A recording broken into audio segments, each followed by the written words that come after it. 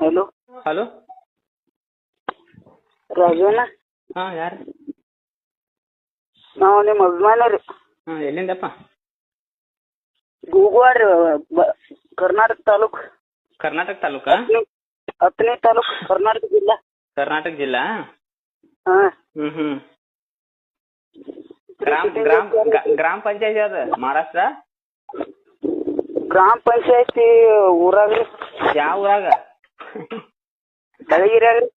ಬೆಳಗಿರಾಗ. ಜಿಲ್ಲಾ ಯಾವ್ದು? ಕರ್ನಾಟಕ? ಹಾಂ ರೀ.